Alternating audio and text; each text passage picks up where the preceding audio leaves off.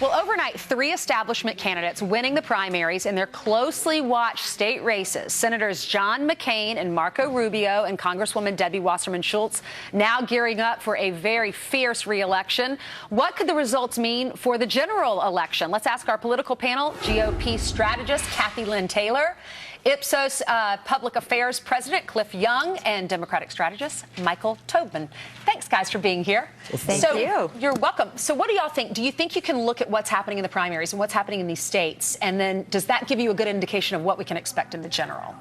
Well, you know, it's interesting. Polling data right now is kind of like Play-Doh. Everybody's molding it to fit the narrative they want to tell. It's true. And it's been really hard to really decipher the polls and match them up with what's happened throughout this entire election campaign. But what is interesting about last night is it was the night of the incumbent. Everybody's been telling this story, or at least the mainstream media has, that, you know, Trump is hurting down-ballot candidates and they're not going to be able to win.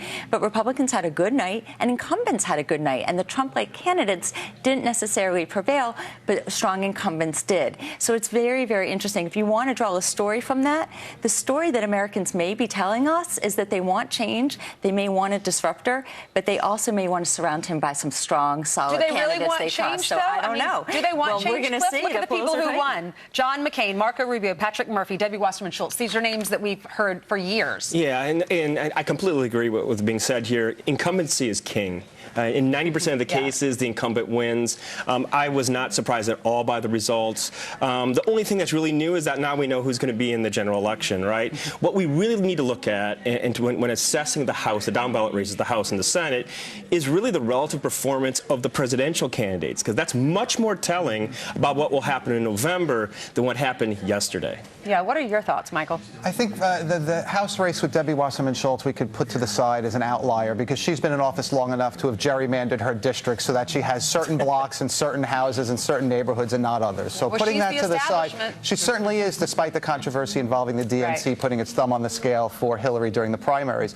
But Florida was especially interesting because they're saying in a presidential matchup, talking about national issues in a national campaign, we pick Trump, Republican primary voters. But when it comes to representing our state's interests, we want our guy who we voted for previously. And maybe, contrary to my colleagues, there's some buyer's remorse with Republican voters for Trump, and they're saying maybe we need to hedge and put in the guy we didn't choose in the primary and make sure he's in the Senate, like you said, surrounding him with some old hands who we've already picked. You don't agree with that?